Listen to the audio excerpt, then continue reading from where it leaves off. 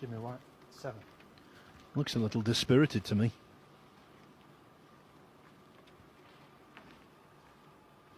I think this is the paradox. You know, when he was at his best 30 years ago, he was maybe accused of being a bit casual about the big occasions. 1. Now, even in a match, you know, which is a little low-key, a qualifier or here in a group match, he seems to put absolutely everything into it, builds them up. That was certainly the case in the first match, I think. Builds them up so much, and maybe that's just putting him on edge a little bit. Tell you what, Dave, there was some edgy snooker here yesterday. 6. Boy, both groups. Whole gamut of emotions were on display.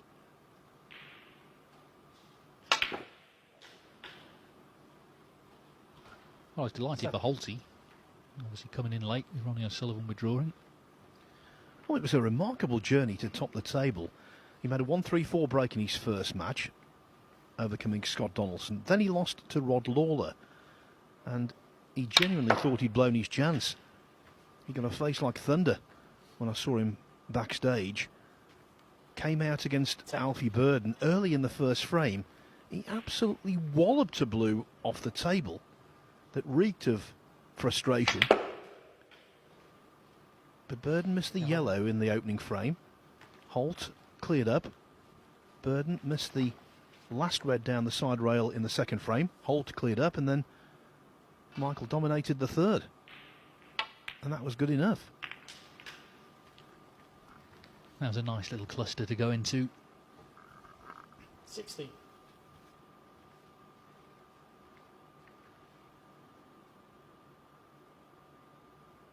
He's always been a player.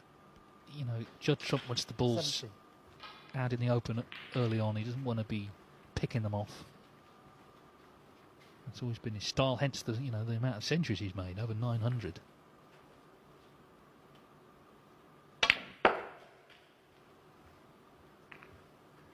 Because one thing's for sure, whether he's the second player to get to 1,000 or not, we'll see. But he'll certainly be the youngest. Perhaps for some time. 24.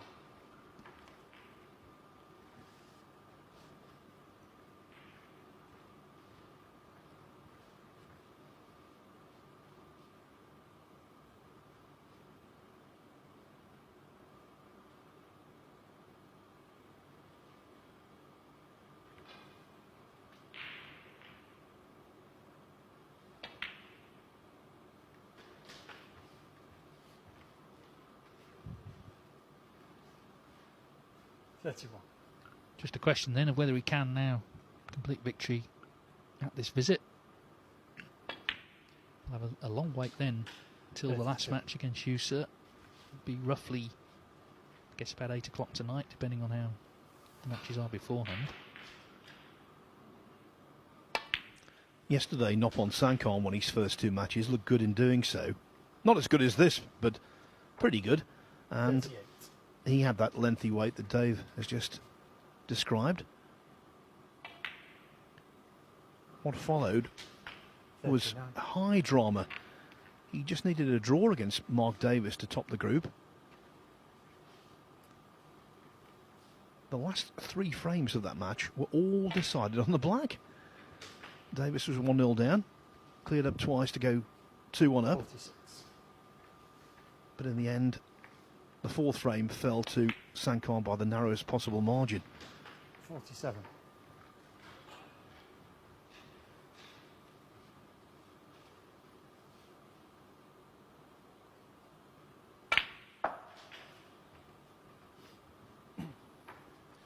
.46 in front, a couple more red should do it.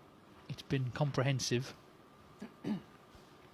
as the first match was against Rhian Evans. And it's going to be 55. over to USERT tonight to stop this man coming back next week.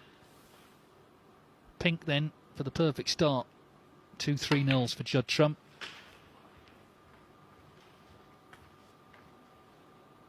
He's a player who certainly enjoys himself away from the table, but he's very dedicated, of course, in the prime of his career, to more success 62.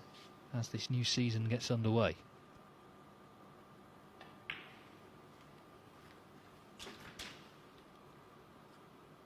Referees don't mind his matches, do they? Julian Bell here has 60. barely broken sweat. It's been very quick.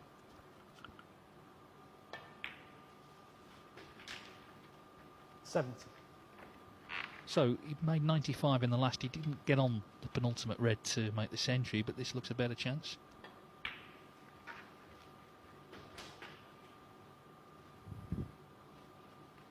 77.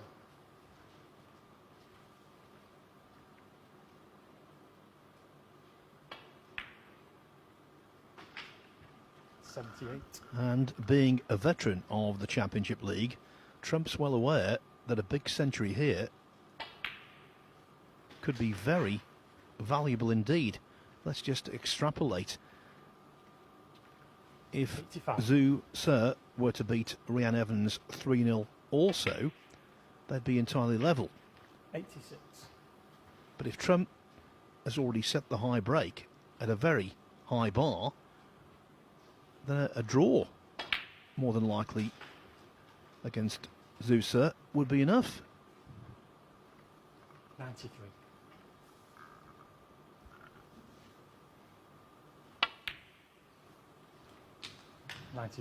Yeah, he's not looking at all rusty. He's played well, and for the second match in succession, he's surely going to win the 98. clinching frame with a century.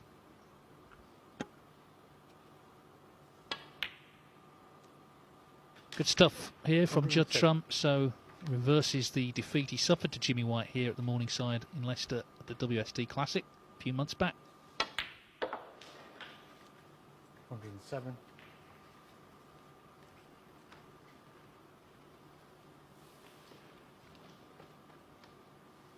Pretty miserable session for Jimmy White, 113. losing all 6 frames. It's the opposite for Trump, who's completed his second successive 3-0 victory, 120 clearance to complete it. So Judd